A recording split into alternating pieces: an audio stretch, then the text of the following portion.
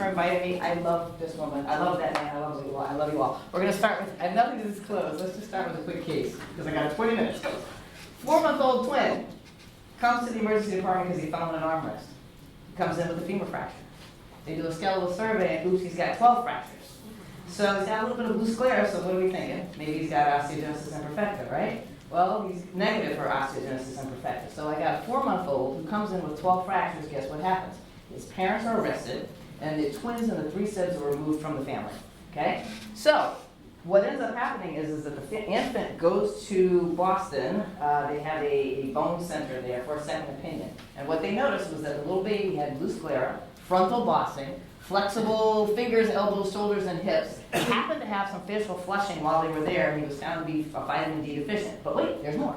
The mom had a basic score of 9, had doughy elastic skin. Grandmom was super elasto girl. Great-grandmom was elasto girl. The bottom line is this kid had EDS. So in Boston, they did this group did a case series looking at 72 infants who had presented to them for a second opinion for multiple fractures. All of these parents had been accused of child abuse, and they were there for a second opinion. All of the kids ended up being less than a year of age. That's just the way it ended up being. And as it turns out, 7% of them had vitamin D deficiency only. They didn't have anything else. But all of the rest of them actually had EDS. 93% of the infants and or the parents were found to have EDS. And most of the parents who had EDS didn't even know they had EDS. Of this group, of these 93% that actually had EDS, 63% of them were actually vitamin D deficient. So how does joint hypermobility syndrome present in kids? This is a paper that says the onset is symptoms anyway is about 6 years of age, although they can be anywhere between 6 months and 15 years of age. I think it's a little bit tough to figure out whether or not a baby is hypermobile because they're all hypermobile. I got all these kids who are sucking on their toes, and I'm like, I can't do that anymore. The delay in diagnosis can be 2 to 3 years. If you're 15 years to diagnosis, it can happen that way too. How do they present? They present generally with just local musculoskeletal pain. We're going to go through a progression of how local musculoskeletal pain can turn to neuropathic pain, which can then turn to widespread crazy pain or central sensitization, which I already talked about. We're going to fly through it again, which can also cause sympathetically maintained pain, all of which can actually cause very significant emotional pain. Emotional pain that could have started way back when we actually thought that the poor child was abused. So, local musculoskeletal pain, this is a study that looked at joint hypermobility in kids. They had 125 kids, overwhelming majority presented with arthralgias, most commonly knees, elbows, wrists, the MCPs, and the ankles. Other characteristics, they had clicky hips at birth. There were UTIs in the females, and we've already talked about urodynamic testing. Chances are this has something to do with it. They're clumsy, they have poor coordination, and they've got a lot of bruising. So again, now we're in the ER, now we're really worried that somebody has beat this kid up. Other school issues, very, very common school issues. They have speech pathology. I don't really know if I understand why they have speech issues. Not so much of learning difficulties, but issues with speech. I thought that was interesting that they found that. A lot of school absences, as you would expect. Handwriting, probably because it hurts to write and they're super lax. And then obviously some limitations in physical activities. So let's talk about this local musculoskeletal pain. As Dr. Stroke already talked about, you can get these local micro or macro traumas, but this local micro traumas can cause tissue injury. That tissue injury, in general, and again, this isn't specific to connective tissue disease because we don't have the data to tell us what happens, but this is what happens in everybody else, so I'm guessing this may happen in them too. If you have chronic micro traumas, then cyclooxygenase 2 is an enzyme that converts arachidonic acid to these things called prostaglandins. Prostaglandins will cause pain. Why do we take ibuprofen? We take ibuprofen because ibuprofen blocks that enzyme so you don't get those prostaglandins that cause pain. What else can happen with tissue injury? Tissue injury can also cause the production of this thing called nerve growth factor. Now, it sounds like it's a good thing, right? And it is a good thing. You need nerve growth factor to maintain your sympathetic nerve. You need growth factor to maintain your sensory nerve. But when nerve growth factor goes rogue, which we're going to talk about in a second, it can cause all kinds of problems. And as it turns out, they're actually doing studies right now, particularly looking at nerve growth factor and trying to block that so that it actually, they're trying to look at blocking nerve growth factor as an alternative to using opioids. And there actually is some pretty good data on that. The last thing is that I'm going to talk about anyway is a tissue injury can cause the release of bradykinin, which I threw in here because I figured we're in Rhode Island, we should talk about bradykinin. So all of these things can cause pain, or any of these individually can cause pain. So that was local musculoskeletal pain. Let's jump to neuropathic pain. So after tissue injury, you get some white blood cells. We'll bring in these things called macrophages. That look kind of sort of like a pizza. Macrophages will actually contain more of those prostaglandins, but they also contain these inflammatory cytokines like interleukin 1B or interleukin 6. We're going to see these over and over and over again, so stay with me. When these actually get released, because they're in there trying to repair these tissues, right?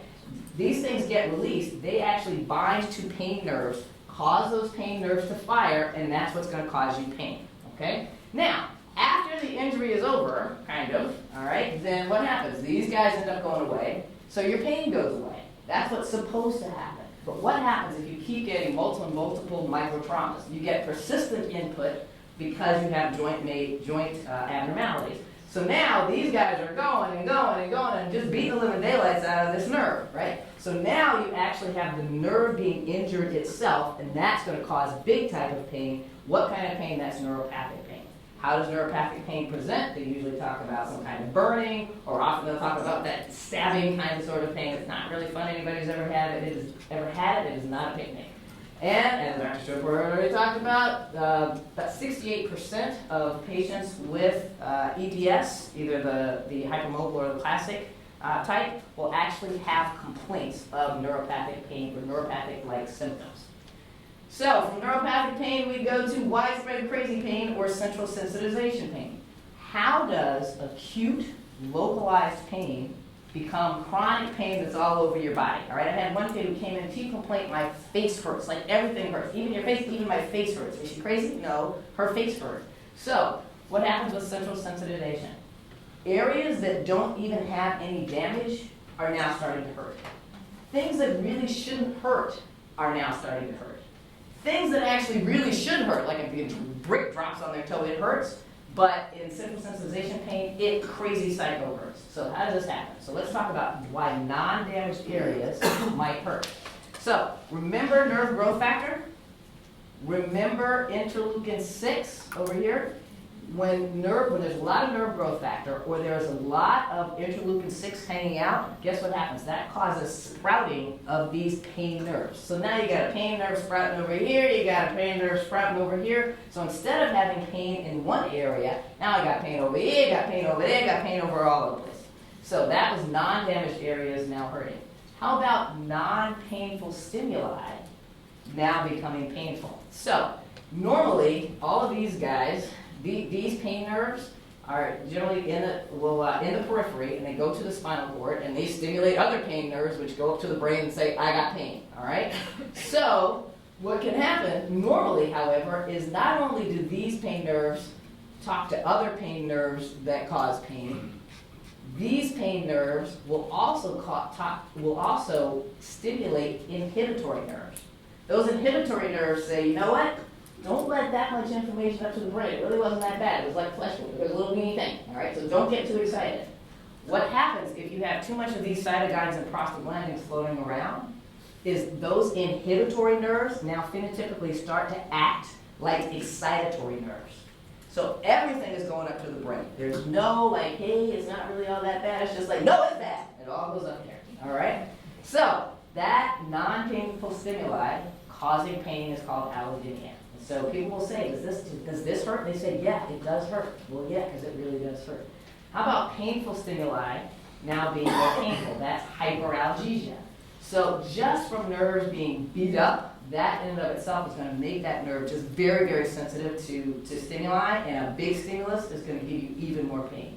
All right, so what's the difference between regular neuropathic pain and central sensitization? Generally, they'll present in similar ways, with that burning pain, the stabbing pain, some allodynia, and some hyperalgesia. And the other thing that can happen is you have pain in all kinds of areas. People can come and say, my whole body hurts. It may be because their whole body actually hurts.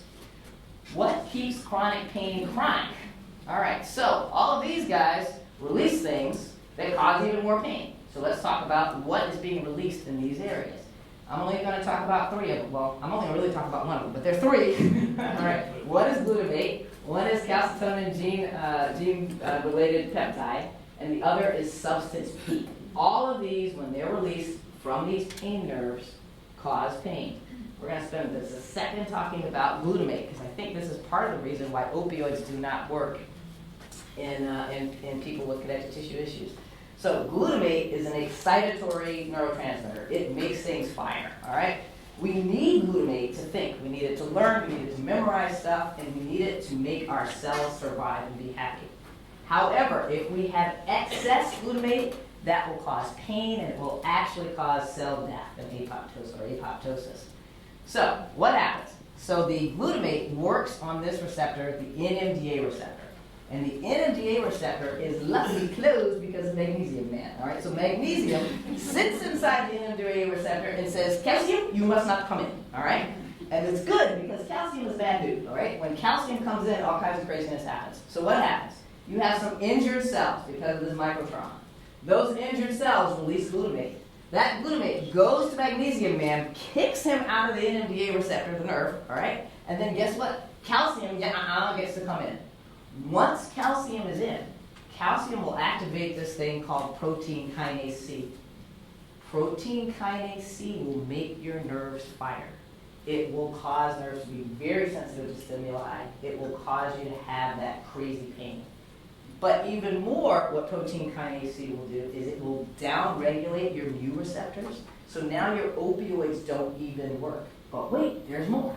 Protein kinase C will make glutamate be produced in and of itself, and which will allow even more calcium to come into the cell. Protein kinase C will also, where we go? Protein kinase C will also stop magnesium from going back in and even try to protect to keep the NMDA receptor closed. All of that calcium that was there will now go to the mitochondria. Dr. Tupper was talking about how the mitochondria may be injured. This may be part of it. That calcium will actually start to overwhelm the mitochondria. When your mitochondria don't work, you form free radicals. When you form free radicals, you get more damage. When you get more damage, you get more glutamate, and you get this crazy cycle, very crazy cycle that won't stop unless you close this receptor. And as far as I know, there are only a couple things that will close this receptor. One is methadone and one is ketamine. Those are the only ones, and those are things we use willy-nilly all the time, but maybe we should be.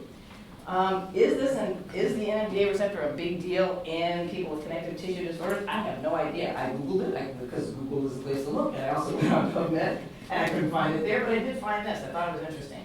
Coexistence of upregulated NMDA receptors and glutamate on nerve vessels, transformed tenocytes, in people with tendinopathies. The bottom line is this guy took 10 patients who had problems with their tendons. Okay, these were athletes, but they had chronic tenosynovitis or something like that.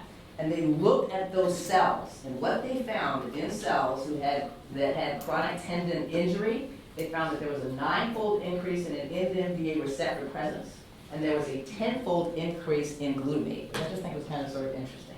So the other thing is that, remember bradykinin? Bradykinin can actually come in and potentiate the effects of protein kinase C. So it's all a big mess. All right, what else can contribute to widespread chronic pain? We've already talked about mast cells. I'm not going to talk about it a lot because I realize there's a whole other talk on it. But mast cells will contain histamine. It'll contain that CGRP and that substance P that we've talked about being released from pain nerves. It also will contain interleukin-6. Remember interleukin-6? And also prostaglandins, that prostaglandin D2. In the presence of injury, stress, opioids, these mast cells will degranulate and release all of this stuff so that all of those guys can cause pain. And as we're already talked about, and we'll talk about more, mast cell disorders are common in people with Ehlers-Danlos syndrome. What's the cost of repetitive pain? What's the cost? There's a huge cost. There's reduced quality of life, there's anxiety, there's helplessness, there's depression. So you have pain all the time, of course you're going to be. People say, oh, they're anxious. Well, yeah, they are anxious, they hurt. I have a number of kids who I'll get called for, and they say, I think they're really just depressed, but they have a lot of pain when you go talk to them. The lights are out, and they have what I call the no texting sign. Like, they're not even texting when I walk in, I know they hurt, all right? And sometimes if I just fix their pain, now they're in the mall, now they're in the cafeteria, now no one can find them. That's the only complaint from the parent, is I can't talk to her anymore because she's doing stuff. So sometimes you just need to fix the pain. Unfortunately, what are some of the risk factors or perpetuators of chronic pain? It's anxiety, it's helplessness, it's depression. It's actually paying attention to the area that hurts. And we might, if I have time, we'll talk about that even. So when you have some type of trauma, some type of injury, the nerve signals have to actually travel through these A delta fibers into the spinal cord, up the spinal thalamic tract, up to the cortex where you say, my knee hurts, okay? But we can modify how much of those signals actually get to the brain in a couple of areas. One is in the brain, another happens to be in the dorsal horn of the spinal cord. So pain signals, in order to cause pain, have to go up the cortex, up through the spinal cord into the cortex to cause pain. But as they go up, they actually have to go through the amygdala. That's one of the areas that affects pain, or that affects your pain perception.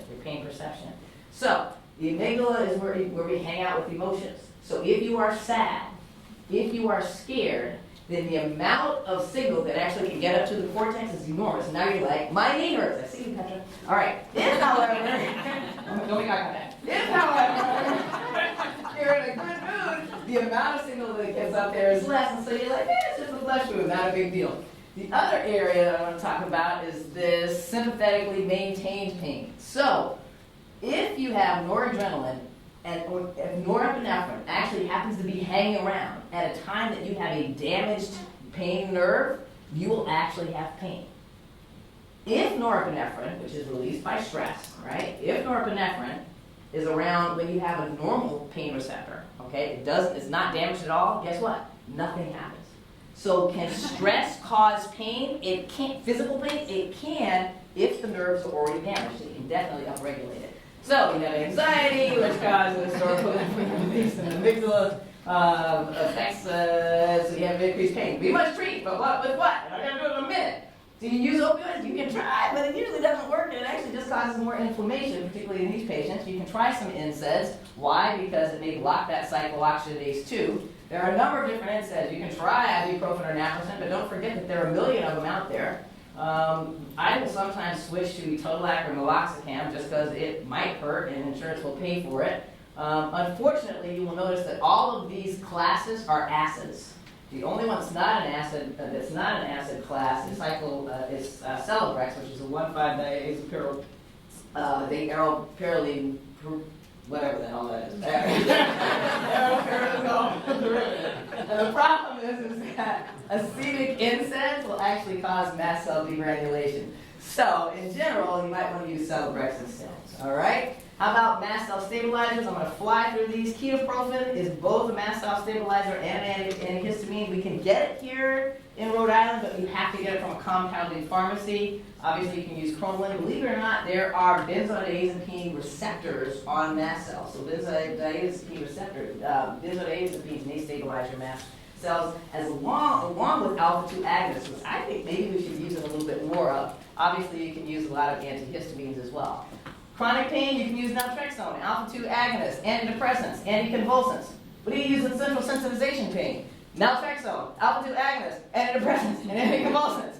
Naltrexone, we've already talked about. What it does is it blocks this receptor called the toll-like receptor 4, because when opioids or injured nerves, when they activate this TLR4 receptor, microglia release all these substances that cause pain. So naltrexone will actually block that toll-like receptor 4. You actually have toll-like receptor 4s on your mast cells. So woohoo! Naltrexone can actually block that as well. Alpha-2 agonists, there are a number of them: clonidine, tizanidine, dexmedetomidine, but even some of the anticonvulsants have alpha-2 activity. And what do alpha-2 agonists do? They decrease that release of norepinephrine that can cause that sympathetically maintained pain. Believe it or not, there are also alpha-2 receptors on microglia. Woo-hoo! So, what can we do about the anxiety? I'm not going to talk about this because the convention is going to hurt me right now. Don't forget to do drugs. You have to take care of the anxiety. You have to help people with their depression, because otherwise it is going to be really hard to help them with their pain. Because remember, if nothing else, stress is going to degranulate your mast cells. Stress is going to cause the norepinephrine to actually injure more of those already injured nerve cells. Biofeedback can actually decrease the amount of norepinephrine that's formed. You can actually teach people.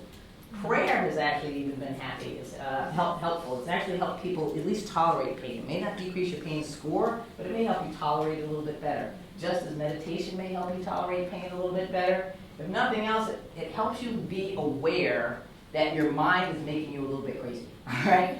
So this guy named Belmont Fjord, I promise I'm ending, said this, but I thought it was interesting. Pain is inevitable. Suffering is optional. This is a picture I took in Somalia of a little boy who got bitten by an alligator. All right. Now he has pain for sure. Is he suffering? It was amazing to me that I could be in a place where this is what the conditions were, and yet all of these kids were actually happy. How that they did it, I don't really know, but they were. We have the ability to change our brains. And maybe one way to change our brain, or at least to take our mind off of the craziness, is to do something nice for somebody else. And I just like the saying, compassion brings us to a stop. And for a moment, we rise above ourselves. I just thought it was kind of cool. So I'll end with this. Ring the bells that still can ring. Forget the perfect offering. There's a crack in everything. That's how life gets in. So I just want to thank all the patients who have taught me so much. I want to thank Dr. Chopra. I want to thank Dr. Klinger. I thank you guys for letting me stay 4 minutes over. And have a nice day. Bye.